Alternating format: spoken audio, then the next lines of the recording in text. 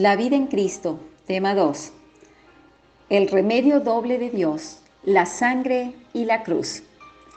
En los primeros 8 capítulos de Romanos se nos presentan dos aspectos de la salvación: perdón de pecados y liberación de pecado. Necesitamos perdón por lo que hemos hecho, pero también necesitamos liberación de lo que somos, y la respuesta está en Cristo. Ahora debemos notar otra diferencia.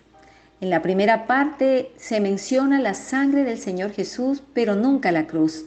En la segunda parte, en el versículo 6 del capítulo 6, se introduce un nuevo tema: el ser crucificado con Cristo.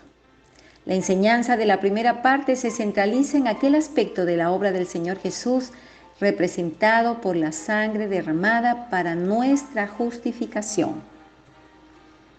Estos términos no se usan en la segunda sección, donde la enseñanza se centraliza ya en el aspecto de su obra representado por la cruz, es decir, por nuestra unión con Cristo en su muerte, sepultura y resurrección. ¿Por qué esta distinción? Es que la sangre trata con todo aquello que nosotros hemos hecho, mientras que la cruz trata con lo que nosotros somos. La sangre es para expiación y tiene que ver con nuestra posición ante Dios y nuestro sentido de pecado. La sangre puede quitar, remitir mis pecados, pero queda el viejo hombre. Se necesita la cruz para crucificarme a mí, el pecador.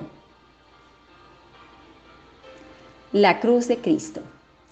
Ahora nos corresponde estudiar el segundo aspecto del doble remedio de Dios frente al doble problema del hombre. Es la cruz de Cristo el remedio de Dios para el mayor problema de la humanidad, su naturaleza pecadora. Hemos visto que los capítulos 1 al 8 de Romanos se dividen en dos secciones. En la primera tenemos la sangre para expiar lo que hemos hecho, y en la segunda tenemos la cruz para tratar con lo que somos. No solo necesitamos la sangre para perdón de pecados, sino también la cruz para librarnos. En estos pasajes también se mencionan dos diferentes aspectos de la resurrección, en los capítulos 4 y 6. En Romanos 4:25 se menciona la resurrección como prueba de nuestra justificación. Jesús, Señor nuestro, fue entregado por nuestras transgresiones y resucitado para nuestra justificación. Aquí se trata de nuestra posición ante Dios. Pero en el capítulo 6, versículo 4, una comunicación de vida a fin de que andemos en santidad. Y dice, a fin de que como Cristo resucitó de los muertos, así también nosotros andemos en vida nueva. Aquí se trata entonces de nuestra conducta. Igualmente la paz es tratada en ambas secciones, en los capítulos 5 y capítulo 8. ¿A qué clase de paz se refiere Romanos 5:1? A la paz con Dios. Justificados pues por la fe, tenemos paz para con Dios por medio de nuestro Señor Jesucristo. Ahora que tengo el perdón de pecados, yo que era un enemigo de Dios, he sido reconciliado por la muerte de su Hijo. Romanos 5:10. Pero muy pronto encuentro que yo mismo voy a ser causa de preocupación. Aún hay desasosiego dentro de mí porque hay algo que me lleva al pecado. Hay paz con Dios, pero no conmigo mismo. Hay guerra en mi propio corazón. Esta condición está bien descrita en Romanos 7, donde se ve que la carne y el espíritu están en conflicto mortal dentro de mí. Pero el argumento nos lleva al capítulo 8, donde se nos destaca la paz interior producida por un andar en el espíritu. La mente carnal es muerte, porque es enemistad contra Dios, pero la mente del espíritu es vida y paz. Romanos 8, 6 y 7. Escudriñando más, encontramos que la primera mitad de la sección trata de justificación, en tanto que la segunda mitad tiene como tema principal la santificación. Cuando conocemos la preciosa verdad de la justificación por la fe, conocemos apenas la mitad de la verdad. Solo hemos solucionado el problema de nuestra posición de Dios. A medida que avanzamos, Dios tiene algo más que ofrecernos, y esto es la solución del problema de nuestra conducta. En cada caso, el segundo paso sigue al primero, y si solo conocemos el primero, estamos viviendo una vida cristiana por debajo de lo normal.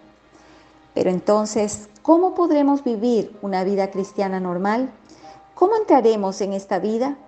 Por supuesto, debemos tener en primer lugar el perdón de nuestros pecados. Necesitamos la justificación. Debemos tener paz con Dios. Estas constituyen nuestro fundamento esencial, pero una vez establecida esta base, debemos seguir adelante porque hay más. Tema 2. El remedio doble de Dios, la sangre y la cruz. Segunda parte. Así vemos que en forma objetiva la sangre trata con nuestros pecados, pero debemos avanzar un paso más en el plan de Dios para entender cómo procede Él con el principio del pecado en nosotros. La sangre puede limpiar mis pecados, pero no puede lavar mi viejo hombre. Se hace necesaria la cruz para que el yo sea crucificado. Nosotros estamos siempre dispuestos a creer que efectivamente lo que hemos hecho es muy malo, pero que nosotros mismos no lo somos tanto. Dios por su parte se empeña en mostrarnos que nosotros mismos somos malos, radicalmente malos. La raíz del problema es el pecador mismo. Por tanto, hay que proceder con él. La sangre procede con nuestros pecados, pero la cruz debe tratar con el pecador. La sangre procura el perdón por lo que hemos hecho y la cruz procura nuestra liberación de lo que somos. En los primeros 4 capítulos del libro de Romanos apenas aparece la palabra pecador, lo cual se debe a que no se tiene en vista al pecador mismo, sino a los pecados cometidos. La palabra pecador recién se destaca en el capítulo 5 y es importante observar cómo se introduce allí el pecador. Notemos que en este capítulo un pecador es llamado así porque nace pecador, no porque haya cometido pecados. Lo que nos enseña el libro de Romanos no es que somos pecadores porque pecamos, sino que pecamos porque somos pecadores. Somos pecadores más bien por constitución o naturaleza que por acción, como se expresa en Romanos 5:19. Por la desobediencia de un hombre, los muchos fueron constituidos pecadores. ¿Cómo fuimos constituidos pecadores? Por la desobediencia de Adán. No nos convertimos en pecadores por lo que hemos hecho, sino por causa de lo que Adán hizo y llegó a ser. Cierta vez le pregunté a una clase de niños ¿qué es un pecador? Y su respuesta inmediata fue uno que peca. Sí, es verdad, el que peca es un pecador, pero el hecho de que peque no es la causa, sino la evidencia de que ya es un pecador. Uno que peca es pecador, pero si uno pudiera vivir sin pecar, igualmente sería pecador, puesto que tiene en sí mismo la naturaleza caída de Adán y necesita redención. Hay pecadores malos y pecadores buenos. Hay pecadores morales y hay pecadores corruptos, pero todos son igualmente pecadores. A veces pensamos que con tal de no haber incurrido en ciertas cosas, todo está bien, pero el problema reside más profundo que en aquello que hacemos, radica en lo que somos. Lo que cuenta es lo que somos por nacimiento. Así pues, yo soy pecador porque nací de Adán. No es asunto de mi conducta, sino de mi herencia, de mi origen. No soy pecador porque peco, sino porque vengo de mala estirpe. Peco porque soy pecador. Además, no puedo hacer nada para cambiar esto. Llegamos así a Romanos 5, 12 al 21. Y en este pasaje, la gracia se contrasta con el pecado y la obediencia de Cristo se contrapone a la desobediencia de Adán.